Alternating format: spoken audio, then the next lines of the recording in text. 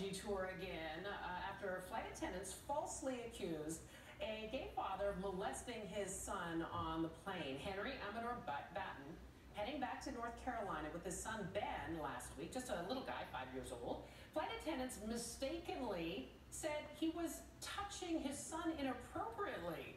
So they called the police, who met them at the gate, and they determined, or investigated, but then determined that nothing improper had happened. United did apologize, but our question is it enough? Joining me now, that papa, that proud papa of a beautiful son, Henry Amador Batten. And first of all, my condolences to you, because I understand you were traveling home from Puerto Rico after losing your father. So you obviously were already in a heavy heart, and this situation happened. Did something happen right away for you to know that there was something amiss with this flight attendant? They thought something inappropriate was happening with you? Hi, Mikko. Thank you, first of all, for the condolences. Yeah, it's been a heavy week. Actually, it's really, no. What happened on the flight was that I did take notice of a flight attendant who passed by us and looked at us a little oddly. And for people that, live in the shoes of minority, especially for gay people, you have a certain sense when somebody's looking at you, and sometimes it's that really supportive, hey, you guys are so great look, and sometimes it's a little more sinister. So this one had that vibe, but I really had no reason to think of why it would be. And I actually remember looking at Ben to see if his seatbelt was fastened properly. It just kind of struck that way. But it was fine, and then he kept going. And I'm going to say about maybe 10 minutes later or so, the same flight attendant came by and asked me if I was traveling with the family in front of us. There was 2 females and a male with a baby in front of us. And I remember I was in and out of napping, and I looked and I said, no, it's just he and I. And again, I took it funny, but I didn't know why. And it was late. We were traveling all day, and it wasn't registering. But something was certainly amiss.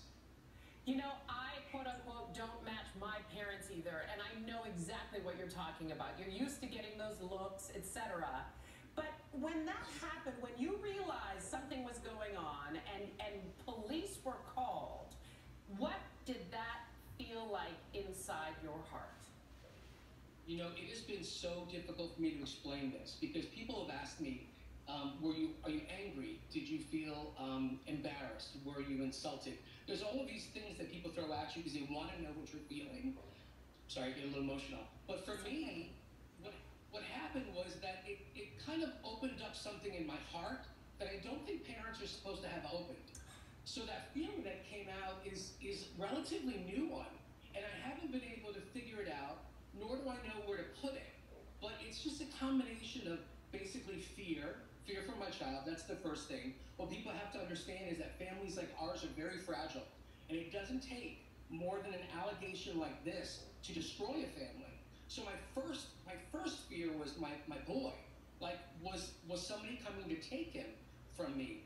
And then, it swirled into, anger and disbelief, and we're still living in that world. It's very cloudy, it's very murky, and we haven't quite been able to figure it out yet, to be honest with you. Well, first of all, Papa, your family is strong. I am here from a non-traditional family, and I'm telling you, what you have is beautiful and strong and pure, and we can't let other people try and bring that down. You pause right there, Papa, and I'm gonna bring in your attorney, because I know you've got an attorney that is by your side and is going to fiercely fight this battle for you. This is Kenneth Padowitz. Thank you so much for joining us, sir. Is there a plan to sue the airline? You've been in communication with them. What exactly are they saying besides apologize? Well, the conduct here is just outrageous. To go from 0 to 100 and have no evidence, and to call law enforcement, have uniformed police officers come to the gate with guns and stop a parent with their 5-year-old child. This kind of conduct cannot be tolerated by the flying public, and it's certainly not going to be tolerated by my client. We will pursue every legal action that we can take against United to make sure that this doesn't happen again. I mean, this is just horrific conduct by this airline. It is not to be tolerated. What kind of changes would you like to see, Kenneth? Is it a question of training? Is it a question of sensitivity and understanding training for perhaps the flight attendant? What exactly specific changes would you like to see? Well, I think that's a great suggestion. They should start there with proper training. I mean, for an airline employee not to go over, if they have some type of question that they ask the passenger, maybe inquire as to the relationship, maybe ask a few questions. That's what we expect from any human being, never mind someone who represents a multi-million-dollar airline. And you know, he bought a ticket. He's on a flight with his son. He's doing nothing more innocent than traveling with his child. And for this to occur is just not acceptable. So training is absolutely the first place they can start. And I'm sure there's all kinds of other possibilities as well that this airline should do in order to treat their passengers appropriately. This just is outrageous conduct. Henry, let me ask you one last question. And Kenneth, thank you so much for that. I know the last thing with all you've got going on in your life, you do not want to be a poster child for this. But clearly, you're not afraid to stand up and make some noise and say this needs attention. What do you want to see happen and change here? Well, you know, I'll tell you honestly, Michaela, there have been a couple of moments where my husband and I have said we should let this go because it's a lot, it's a lot, it's overwhelming. But we have gotten so much support, and the stories that we have heard from men, and I don't just mean gay dads, I mean dads, uncles, brothers, any male that comes in contact with a child has told us that this is literally their worst nightmare.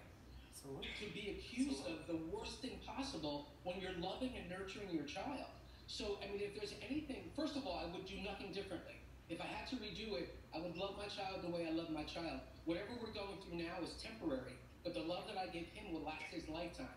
So I hope that, if anything, it creates a conversation that men are not predators. We're not monsters. That's right. And we can love our children just as good as anybody else.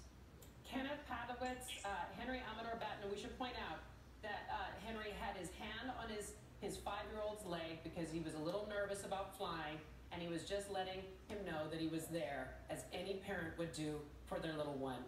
Kenneth and Henry, our very greatest thanks. Thanks for joining us both today to have this very important conversation. Let us know how things go, gentlemen. Thank you, Michaela.